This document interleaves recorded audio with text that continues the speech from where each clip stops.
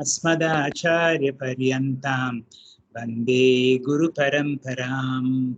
Om. We are in the middle of the 7th chapter of the Bhagavad Gita. In the last session, yesterday, we heard those verses where Krishna introduces himself, his higher and lower aspect. And in a way, you don't have to have the feeling that Krishna will leave you at any time. He's always there for you. He's there pratyaksha and also as an understanding that consciousness principle within you. In today's classes, the class will take a new shift when Krishna introduces the topic of bhakti. And he says, if you want to really know me, then you have to become a bhakta. But before that, we have one more verse. Kiran, it is your time. Thank you. Can you hear me? Yes, Kiran, go ahead. Yeah. Gurubhyo Namaha. With the previous verses, Krishna concluded the topic of Ishvara Swarupam, the nature of God. Summarizing, one, God is both Chetana and Achetana Tattvam, that is substance of both living and non-living. God alone is the Srishti Laya Karanam of the world, that is creator, preserver and destroyer. And God being the cause, He alone manifests as the entire world, that is Vishwarupa Ishvara Darshanaha.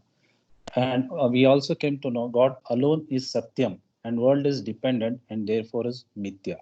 Now Krishna is coming to the important topic of suffering and its remedy. In this verse, Lord Krishna gives diagnosis of the mental problem. What exactly is the problem? So it is very important. And further verses are, curative. These are reflective verses. They should be studied not scholarly, grammar and other things, but each verse has to reflect his own life and happening in the way revealed by Guru.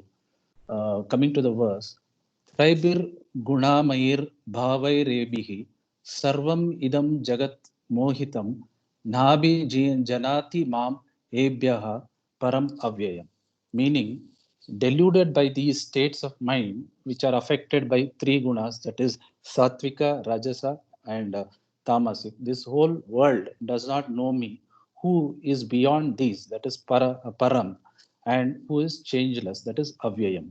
So people are deluded in gunas. Each will have different excuses why they are in that guna, but all are deluded in one of the gunas. Even Sattvic person, as Sir told before, without surrendering to God, will only strengthen his ego and delusion. Krishna is telling this because Arjuna thinks he is Sattvika person and wants to escape war. So this verse needs understanding. The world is in God, but God is not in the world. So gunas is in God, but God is not in gunas. This apparently paradoxical statement needs little more probing. So let us come to an example. You draw a big circle, and within that you draw a small circle. So here this small circle is inside the big circle, but big circle is not inside small circle. Altering small circle will not impact big circle, and similarly, changes in the world will not impact God. Imagine you are inside a small circle. All the changes made to the small circle will impact you. Just another example I'll give. Imagine you are water in a packet. You take a plastic packet and water is there and toss it into an ocean. And as the waves lash against the rock, you feel real that pain is real. As long as you are stuck in this world, it is impossible to get out of it. And this feeling that you are other than this water is the root cause of all insecurity. Swamiji says, golden chain binds as much as iron chain. Perhaps it is more because we are obsessed with the gold. And once you come out of this, once the water spills out of the packet, then merge with the ocean. And this wave lashing the rock is a beauty and a pleasant sound. And because you are not attached to and separate from the water. The real detachment occurs with maturity when one starts looking to God, and then the attraction of the world starts dropping. So concentrate on knowing God instead of fighting the world and do your duties, everything will fall into places. Instead, we are always attracted to ever changing Mohini. And Para being attributeless, adrishya and arupa, etc., we always miss him. Just like we miss the importance of the mother because she is always there. And we are carried away by the hand but miss the light because we don't pay attention. We are caught in the beauty of leaves and flowers but miss the root. The problem with Maya is that it is attractive but temporary. Leaning on it will land you in trouble. Everything within Apara Prakriti, Swamiji says, is finite or incomplete in nature. So, how much ever we acquire it, it doesn't give full happiness. Apurna, therefore, cannot give complete happiness. Everything that is obtains in Apara Prakriti is in a constant flux. It is subject to time and therefore it is not Shashvatam. God or Brahman is permanent and hence holding on to it, enjoy Brahman. Surrendering to God makes one complete and all the bindings of guna falls off. When there is feeling of other, the raga, dvesha, lobha occurs. We are in samsara. With the help of Guru or God, who is beyond the small circle which you told, we need to come out of this and unite with infinity.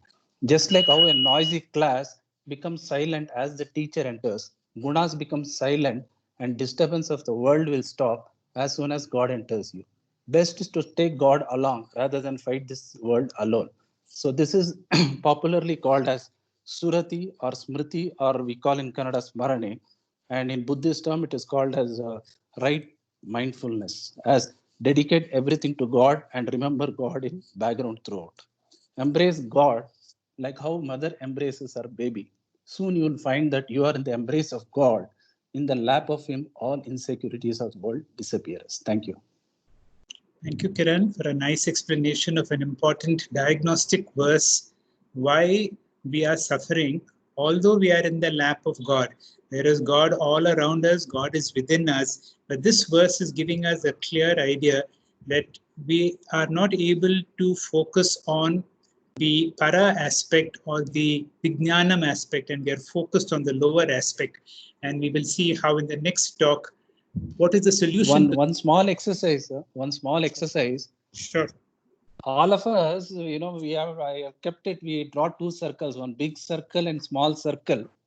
Many of us are artists and we think like within the circle we are there and try to come out. And every time we reflect upon this, if we are sad or if we are affected, we should know that whether we are acting lying within the small circle or big circle. So in this way, we always will, want to come out and be with the infinity.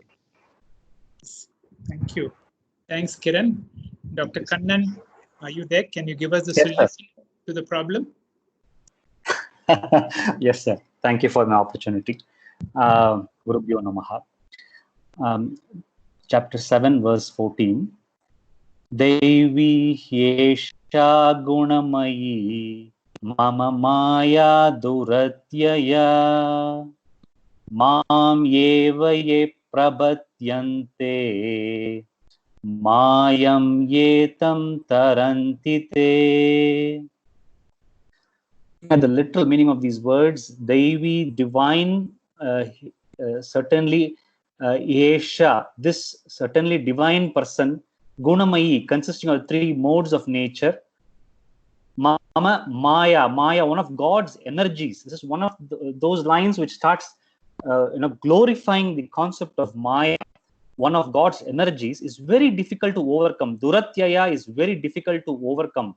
But the person who can overcome, so you made the diagnosis, you've given what is the problem. The person who can overcome that, Prabhatyaye, who surrenders, Mayam Yetam, this Maya, they can cross over this Maya, Tarantite, cross over this Maya. My divine energy Maya, consisting of three modes of nature, is very difficult to overcome, but those who surrender onto me cross it very easily. Looking at the context, looking at how chapter 6 evolved from Karma Yoga to Jnana Yoga, here we are looking at, Krishna deals in these verses on the concept of samsara karana and samsara parihara. So diagnosis and treatment. The first line, Devi Hyesha Gunamayi, the Apara Prakriti is known as Maya. Maya is capable of deluding the human mind, tempting the human mind, taking the mind away from the Lord. Now, where is this apara prakriti located? Where is this Maya located? It is part of the God. It is part of us. And it is also dependent on the para prakriti, and therefore it belongs to the higher Lord. It traps the three gunas, the sattva guna, the raja guna, the tamo guna. All the gunas are trapped by these Maya, and hence it is very difficult to overcome duratyaya. It is so powerful, and it is to transcend it is literally requires a superhuman effort. Thereby, you need the help of God. Now, some people declare this Maya or Maya to be like a mithya or a non-existent thing. It is not so. Maya, it is people say that if it is only because of ignorance we perceive Maya, and if you become knowledgeable, Maya will cease to exist. That illusion is dispelled in this particular verse. And Sri Krishna says Maya is not an illusion. In fact, it is an energy of God. This is also reflected in some other scriptures where Maya is, if they call Maya is the energy, then God is energetic. People say Maya is mithya, but factually it is the energy that is engaged in the service of God. Swamiji says in his writings, is the spirit and matter principle. While one form is the spirit, the other is the matter. So matter can be our Maya, where the spirit is our conscious principle. The matter can change in its keep changing from one form to the other. But the most important, both of them are equal in terms of they can neither be created nor destroyed. So the lesson is the mixture of this matter and spirit, or the consciousness and the matter mixture, is what we end up calling as God. The apara prakriti, or the Lord, or the world which we transact every day, we are so much occupied in this. It is through this we get our our fulfillment, our happiness. But the problem happens when we start looking at or falling for this apara prakriti for our security. Whenever we have a problem, whenever we look up, whenever there is a misery, when we look back and we fall on to the apara prakriti, that's when samsara is born. Because apara prakriti is subject to, as it is a matter, it is subject to change, subject to birth, growth, transformation, decay, and death. So expecting security from apara prakriti is what is samsara. Holding on to something permanent when we are in this difficult situation is what is really needed. Something anchoring. Swamiji says that people can still use apara prakriti for sport, but you have to need para prakriti for fulfillment and security. That's where we all get trapped. I remember this. We all a few months back went up this mountain on Anusonai. Sachin led us along with Dr. Hegde. We all climbed up the mountain. There was a green pole that we all caught up to. I still remember that non-changing, permanent iron, steel rod, whatever was there, which held us up, something to anchor us on, so that when we go up this difficult path upwards, it gives us some amount of help. This sasvatam is very important when we go on. So the second line, so we having known that the difficulty is there, so what is the solution? Solution is prabhatyante. You fall on his feet, you surrender to him. Surrender to him in a way that in one hand you hold his leg so that God doesn't get away. The other hand, you keep under his leg so that you don't get away. And by this sharanagati or bhakti, he introduces the concept of bhakti, surrendering to him, you are able to achieve Jivan Mukti. Thank you. Thank you, Dr. Kannan, for a nice explanation to give us how to solve this problem, because God is in and around us, God is within us, but it is not as easy as that anusomi rod to catch on to, because it is not something that you can see, and that is why you need to be feminine, you need to be a bhakta, where Krishna will give you, once you surrender to him, you will be able to discover him. Komal, can you take us along? 7:15 Namam dushkritino mudah prapadyante naradamaha mayaya apahrita jnana asuram bhavam asritah. The vicious mean people who are deprived of the discrimination by Maya, who are deluded, and who have taken to demonic nature, do not surrender to me. Here, Bhagavan gives a contrast to those people who will not reach him. He will not reach the Jnana by giving the contrasting example of those people who will be confined only to Artha and Kama, not bothered about Dharma and Moksha. Why will it happen? So that will be the general question we think of when we see so many people around us those people who are within that Maya and reveling in that Artha and Kama will not even think about something else what is there. Only people who think that something else is there will be those who are in this Moksha Marga or Jnana Marga or Upasana Marga. So for those people, so there should be an explanation about why those majority, those people who are confined into that will not be getting into this route. For them, it is not even existent, because whatever the only Purusharthas existing for them will be Artha and Kama. Swamiji says we have to interpret that these people will not recourse to the Bhakti sadhana because they do not have the Punyam. So that's an explanation for those people who are in the right path about that inconvenience and that restlessness about why that half of the human mankind is not even attempting to that. So this concept of Punyam is there, which will explain that and give a consolation to us who are in the right path, that why this subgroup is not in the right direction. They have sufficient punyam probably to get into Manushya Janma, but they don't have sufficient enough punyam to think about moksha or dharma. So that's what Sri Krishna says. Dushkriti naha. There are many who do not have punyam. They have sufficient punyam to be born as a human being, but not sufficient punyam to come to Bhagavan or to the Shastra. So then the next is the beautiful word he uses is Maya Apahruta Gnana. As Kannan was mentioning about deluded by Maya. They are deluded by Maya, which keeps them busy in the pursuit of Artha and Kama, money and entertainment. So they're like having 24 hours movie channel, 24 hours entertainment channel, like what we see in this lockdown period. So that's one way of life. For them, there's nothing else beyond these two aspects of Purushartha. Therefore, they are also called Muda, utterly deluded. Delusion is taking the delusion in taking impermanent to be permanent. So knowing that we will be deluded, Bhagavan has given us gurus and shastras. That is the remedy. He knows we will be caught by this Maya's delusion. So Bhagavan has kept gurus and shastras in the creation of world, like a manual coming along with the gadget, what to do and what not to do. Do's and don'ts with regard to any instruments, like the do's and don'ts regarding to life is mentioned in shastras, which will reach us through Guru Krupa. So then he says, those people who are deluded will become Naradamaha. That's the lowliest of human beings, and the meanest and lowliest human beings. So this is the contrast Krishna will give to differentiate between those who are in the right path versus those who are only into Artha and Kama. The other danger Swamiji mentions here is that these people who will have desires which were continuous in nature, which will not make them fulfilled, will make them desire for more than generations together they will accumulate, but still this their satiety will not be fulfilled.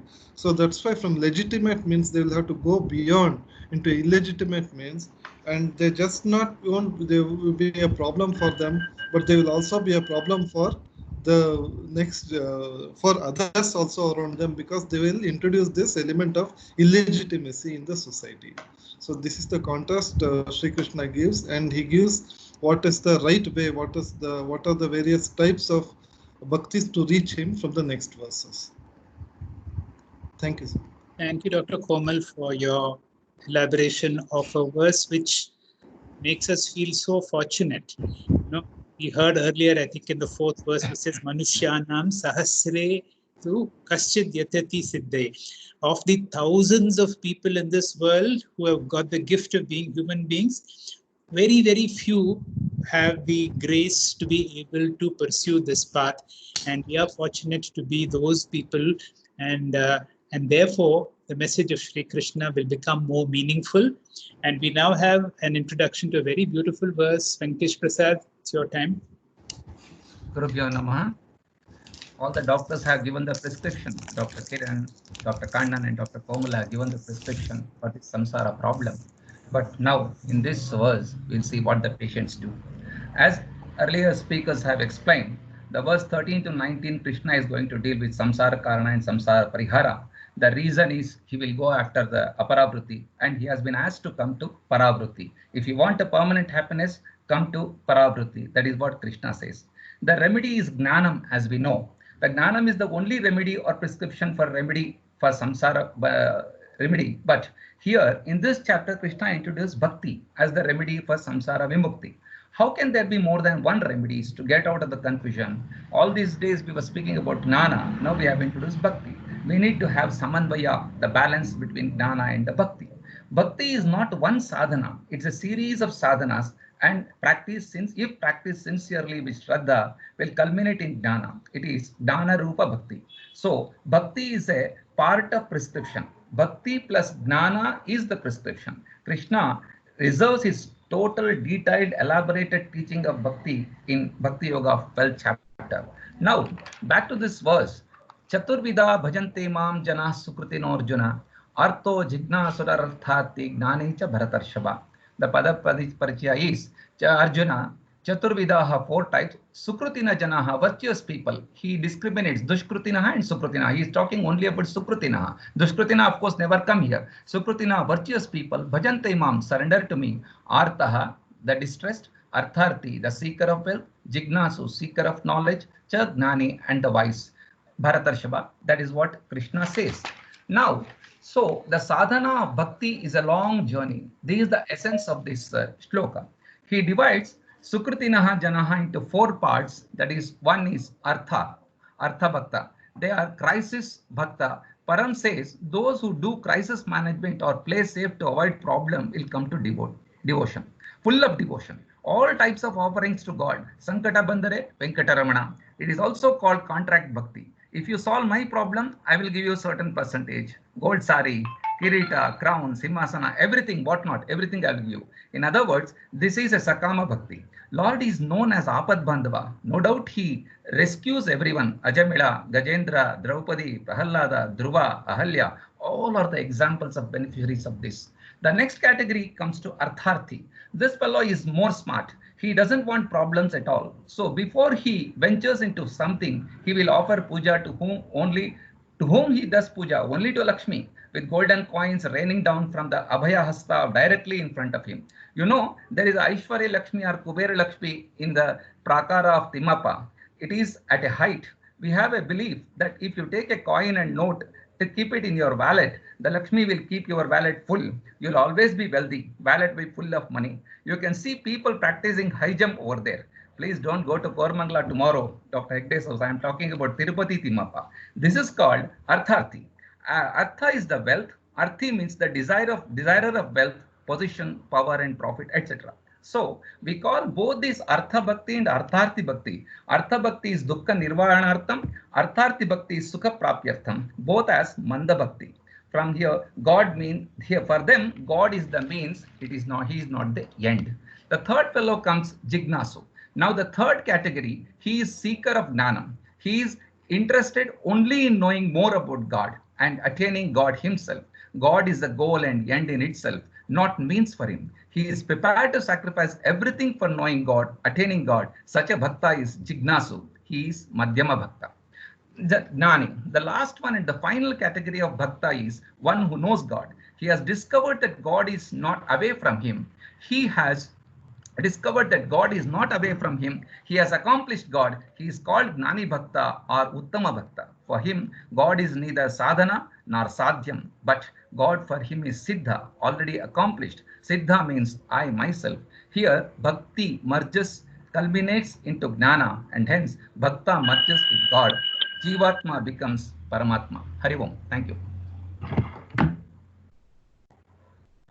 Thank you, Doctor. Thank you, Venkatesh, for a nice introduction, a complete introduction to the whole chapter on Bhakti, as you explain this important verse. We go to Pallavi.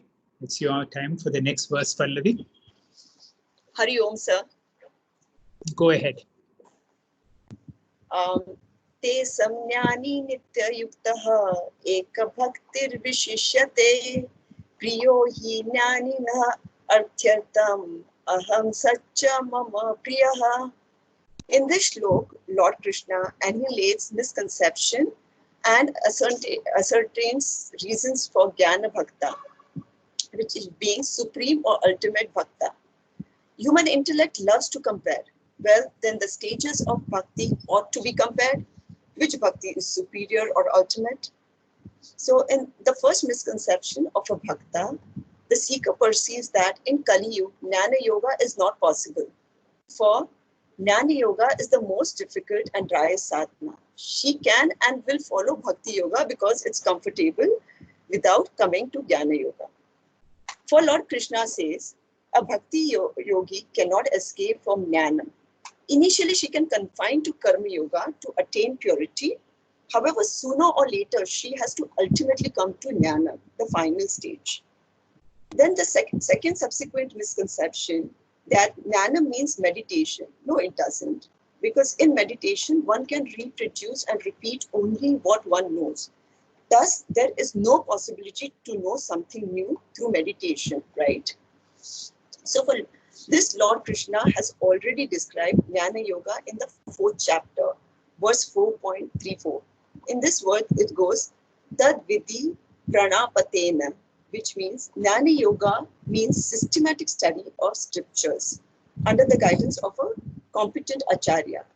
There are criteria to be a qualified guru, and the scriptures must deal with both the lower Saguna Apara and higher Nirguna Para nature of God. Otherwise, the sadhana is incomplete. Then the third misconception, a Jnani does not possess bhakti or acquisition of jnanam, means of bhakti. This phenomenon happens when one is only studying Vedanta without understanding the significance of it. When scriptures are studied and well understood under a qualified acharya, then bhakti will never go away. In which case, Lord Krishna ascertains that Jnani alone is the greatest bhakta, and Tesam among all the forms of devotees, Jnani Visheshtati. Now the Lord provides reasons for Jnani Bhakta being excellent. Nitya Yukta, Ishvara Nishta, and Eka or Advaita Bhakta. In this, Jnani is one who is constantly established in God's nature, one who is always steadfast. The Lord is never away from the Jnani. Thus, the Jnani is identical or one with God. Such a Bhakta is Advaita Bhakta or Eka Bhakta and is superior amongst all. The Lord says, Eka Bhaktir Visheshate. Here again, because of human nature, there is a comparison between Abheda Bhakti and Eka Bhakti. In Abheda or Advaita Bhakta, when God is an object, then other than oneself, even love for God is conditional. It varies and is inferior. Like when a bhakta suffers, his bhakti flickers. Thus, Lord is symbolic to an electrical switch. It goes on and off. Correspondingly, according to Swamiji, one loves oneself the most. It is the highest form of love. Therefore, Lord should not be away or different from oneself. When God and oneself becomes identical, God's love equates to self-love and becomes singular love. Since self-love is the highest, God love will automatically be the highest. Thus, it is the highest factor of love. This is worth meditating upon. And here, Lord Krishna says, Priyo hi jnani naha athyartham. So, Jnani is the highest devotee because a Jnani, I am the dearest one. Since Jnani has identified myself with him, I become dearest to the Jnani. Aham sacha mama priya. Jnani no athyartham priya. And saha mama athyartham priyaha. I also love a Jnani as the closest to me. So Jnani is the dearest to me. I am dearest to Jnani because both have become identical. Thereby, from Lord's perspective, is Tat Tvam Asi, and from Jnani's perspective, it's Aham Brahm Asami. Thank you. Thanks, Pallavi, for a nice explanation on Ajnani Bhakta. Both of you did well. Venkatesh Prasad and you covered different aspects of the same topic. It is so nice to see that you see so many beautiful verses on bhakti in the 7th chapter and again on the 9th chapter before you come to the 12th chapter, which deals predominantly on bhakti. Vidya, it is your time. Verse 18. Yes, thank you, Doctor. Shri Guru Bhyo Namaha. In the 17th verse, Lord declared that the enlightened devotee as the best of all and extremely dear to him. Then, does it mean that the other types of devotees are not so dear to him? The following 18th verse is an answer to this doubt. Udaraha sarva evaite jnani twatmaiva me matam asthita sahi yuktatma mamevanuttamam gatim. The meaning goes like this. Indeed, all these devotees are certainly noble, but the men of wisdom is my very self, says Lord Krishna. This is my teaching, because with a steadfast mind, he has resorted to me alone, who am the highest goal. When Krishna mentioned this, the other three, Artha, Artharthi and Jijnasu, bhaktas may feel that the Bhagavan has voted only for the Jnani. Therefore, Krishna says, not to worry, I love all devotees. Eti sarvai eva udaraha. All devotees are indeed great, whether it is Artha, Artharthi, Jijnasu or Jnani. All are great devotees. The only difference is Jnani Twatmaiva me matam. Jnani happens to be identical with me. In the case of our other bhaktas, bhakta and God are different, and therefore love towards God is invariably conditioned. Therefore, Jnani Twatmaiva me matam. This is a Mahavakya shloka where the aikyam between Jnani and the Bhagavan are revealed. Next, Krishna explains the qualities of the man of wisdom. Sahi yuktatma. That means he is the one who has got a committed mind, an integrated mind, who is very clear about the goal of life, which is the ultimate liberation or moksha. For him, the destination is very clear. The direction is Mam Anuttamam Matim Asitaha, means Gatihi, means Gatihi here means goal, Anuttamam, the highest, means he has come to the highest goal of life, which is myself. Thus, the man of wisdom excels all other types of devotees. By calling Jnani his own self, the Lord shows that there is no difference whatsoever between the man of wisdom and himself.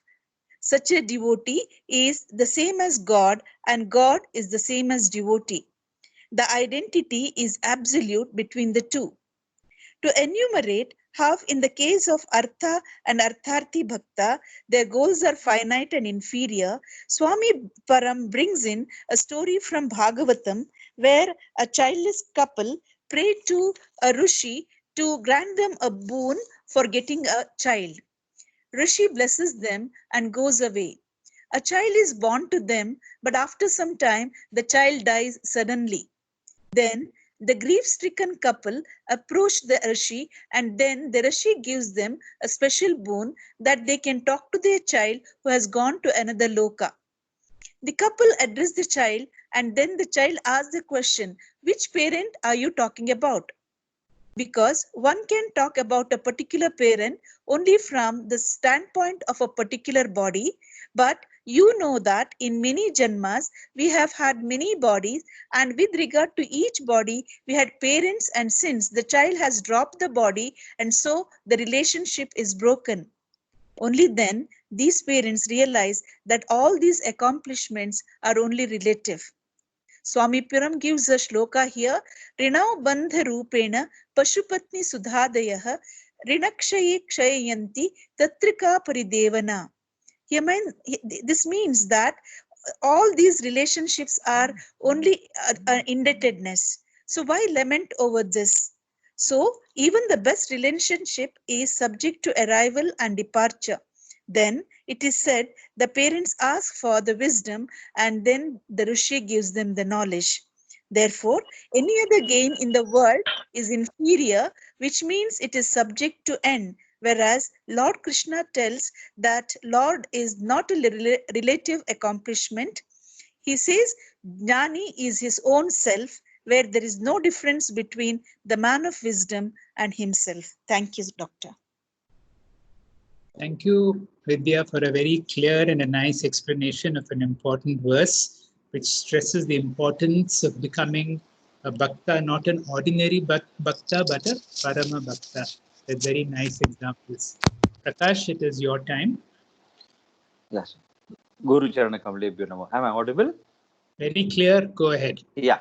Yes, sir. Before I enter this one shloka, I would like to pay my salutations to Bhagavad Gita. Ekam Shastram Devaki Putra Geetam. Eko Devo Devaki Putra Eva. Eko Mantrastasya Nama Niyani. Karmam Yekam Tasya Devasya Seva. Coming to the shloka allotted to me, Bahunam Janmanam Ante Gyanvan Mam Prapadyate Vasudeva Sarvam Iti Sa Mahatma Sudurlabha. All the words are very, very simple and straightforward. Mahatma is a Mahan Atma who has attained this category only after Bahu Janmanam. There are many janmas, and the janam maran ke chakkar se nikalte hue, after all the creatures that he has come to the manifold now a manifestation of a human being. Manushya hone ke baad, even then he has to go through the sadhana chatushte, the 4 stages of bhakti, which cannot be accomplished in one janam. So Krishna says, Bahunam Janmanam Ante Gyanvan Mam Prapadyate. When a Jeev Atma renounces the attachment of the materialistic world and adopts the Nirvisheshvad, thereby reaches spiritual realization while giving up the materialistic matter. This experience leads him to godliness. We call it Atma Sakshatkar. Every vastu he sees, he says it is Vasudeva. Every vastu becomes Vasudeva. Therefore, he calls the world Vasudeva Kutum. Now, he has attained Manushyatvam, Mamukshatvam, and now he is going ahead to valuing the moksha. Vedanta Shravan, he has done Manan, Nididhyasan, and Guru Upadesh. With the assistance of the Guru Upadesh, Sah Gyanvan Bhavati. He has attained the Gyan. He has become a Gyanvan. And then Lord Krishna says, Gyanvan Mam Prapadyate.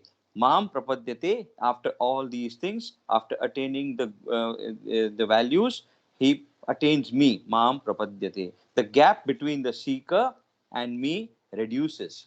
Now, in the next line he says, Vasudeva Sarvam. Here, Vasudeva is not an individual Krishna or God. It is the infinite. Vasudeva Sarvam, infinite Brahma, wherein Vasuhu means Satrupa Brahma. The Lord who is in the form of the very existence principle. Vasuhu, Satrupa Ishvara. Deva, Chitrupa. Now is it Sat Chit Roop Ishvara forms, and now we also have one, the shloka which we say from the 4th chapter, Om Brahmarpanam Brahma, Havir Brahmagno, Brahmana Hutam, Brahmaiva Tena Ganthavyam, Brahma Karma Samadhina. Here he says Saha Mahatma. This Vasudeva Sarvam, when he realizes the godliness and the existence, the very existence, he becomes a Mahan Atma, Mahatma. And such Mahan Atmas are so durlabha, very, very difficult to find in the world. Brahmarpanam, Brahma he has done. Sa Mahatma, he becomes the greatest seeker and he is called the noblest soul. Therefore, we are here to have a crossing after all these barriers we have crossed and become.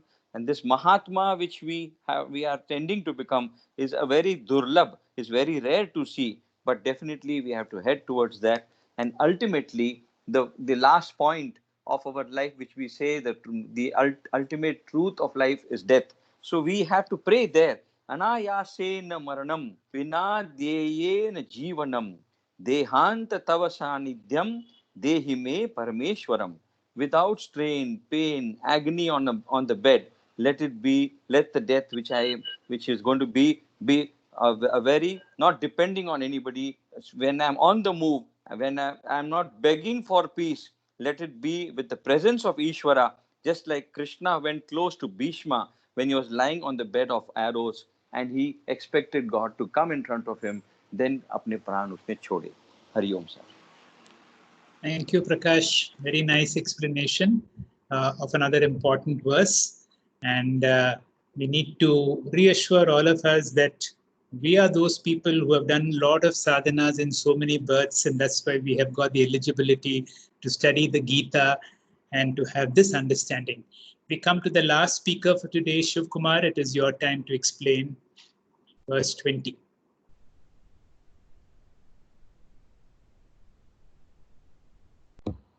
Om Shri Guru Bhyo Namah. The verse goes like this: Kamais thais thai hrita gnanaha prapadyante nya devataha tam tam niyamam ashaya prakritya niyataha swaya. The verbatim translation is: governed by their own nature, deprived by discrimination, by various finite desires, resort to other deities by taking to various disciplines. In the previous verses, Lord Krishna praised the wise devotees' quest for infinite Ishvara. In this verse, he proceeds to describe other type of devotees who, due to their sense of incompleteness, pray to other devatas. Bhakti is an attitude of devotion and worship of God. Krishna broadly classifies it into two types, namely Sakama Bhakti and Nishkama Bhakti. From verses 20 to 26, Krishna is explaining the positives and negatives of Sakama Bhakti, and from verses 27 to 30, he will explain about Nishkama Bhakti. From these verses, we can understand the difference between the two forms of Bhakti, and we should wisely choose the best option for ourselves. In our Hindu religion, we have many gods and goddesses, and the old debate as to who is superior or more powerful continues among the religious circles.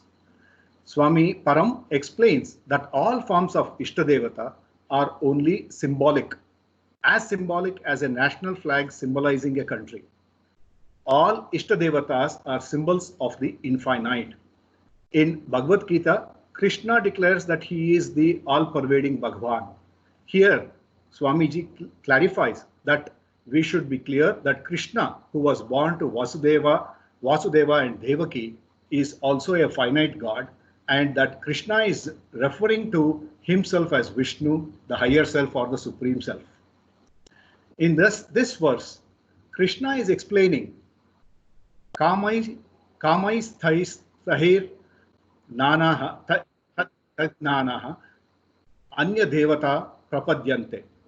A Sakama Bhaktas Praktya Niyatha Swaya. Here,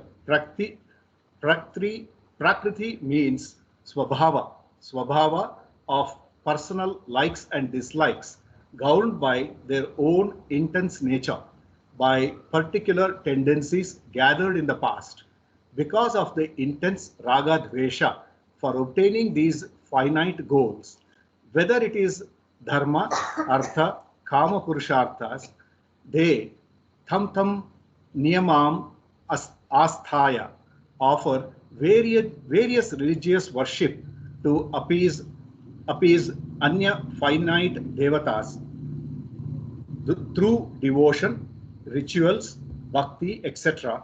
For example, one propitiates Lakshmi Devi for wealth, Ashwini for health, Ganesha for freedom from obstacles, and so on.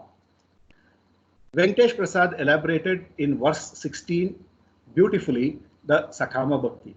Sakama Bhaktas, due to their intense desire for such finite obstacles, Shruta Tagnaha, they are deprived of their wisdom, deprived of their discriminative knowledge, for they do not realize that pursuit of happiness from gratification of such finite goals are short-lived and are only temporary.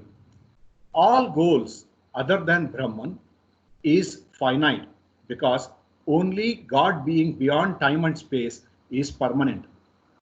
Though Nishkama Bhakti also has a desire for the infinite God, such Nishkama Bhakti is superior to Sakama Bhakti. And ultimately, Swamiji says, a sadhaka must attain Nishkama Bhakti. Vidya in verse 17 explained that Krishna appreciates all 4 types of bhakti. In the next verse, Krishna explains that even if pursuing limited or finite goals is not the way to go, Ishvara will still be compassionate towards such devotees. Hari Om. Hari Om. Thank you, Shiv Kumar, for a nice explanation. And thanks to all the speakers for all your preparation to bring out the essence of the Bhagavad Gita, especially on this aspect of bhakti and the various nuances of bhakti. Thanks to also others who work behind the scene to create this platform so that we have this opportunity to study collectively the Bhagavad Gita, and for all those who have logged in. Special thanks to our Guruji Swami Paramarthananda, for whose explanation that we are all enjoying and relishing. With that, I will formally conclude today's class.